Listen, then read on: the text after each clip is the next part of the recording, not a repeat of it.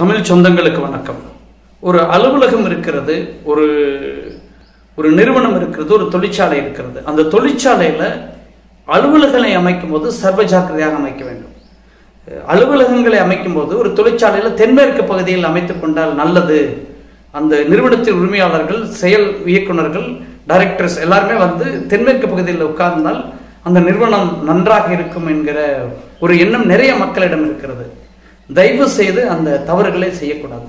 தொழிற்சாலை என்பது ஒரு நிறுவனத்தில், ஒரு இடத்துல மிகப்பெரிய அமைப்பாக இருப்பது, பிரம்மாண்டமாக இருப்பது. ஒரு செயல் அலுவலகத்தை அமைக்கிறோம் என்று சொன்னால் அந்த தொழிற்சாலையின் கட்டிடத்தை விட அந்த அலுவலகம் பெரியதாக இருக்க வேண்டும். அப்படி இல்லை என்று சொன்னால் அந்த கட்டிடத்தை அங்கு அமைப்பது மிகப்பெரிய தவறு.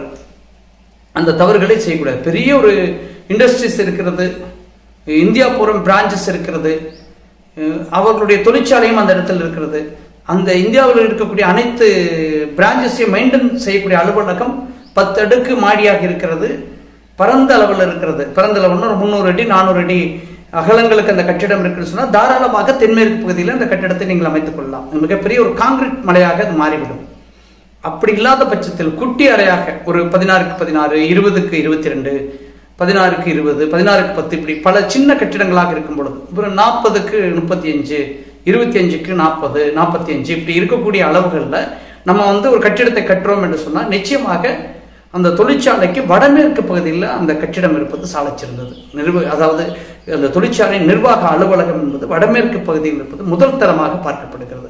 அதனை தவிர்த்து மற்ற இடங்களில் அமைப்பது என்பது எனது வாஸ்து பயணத்தில் கொஞ்சம் பலன் குறைவுதான் என்று சொல்லுவேன். அந்த வகையில் எனது வாஸ்து பயணம் என்பது தமிழ்நாட்டின் அனைத்து பகுதிகளிலும் இருக்கிறது. அப்படிப்பட்ட பயணத்தில் சேலம் மாவட்டத்தின் மேச்சேரி சார்ந்த மக்கள் என்னை அழைக்கும் போது உங்கள் ஊருக்கு வருவேன். நன்றி, வணக்கம்.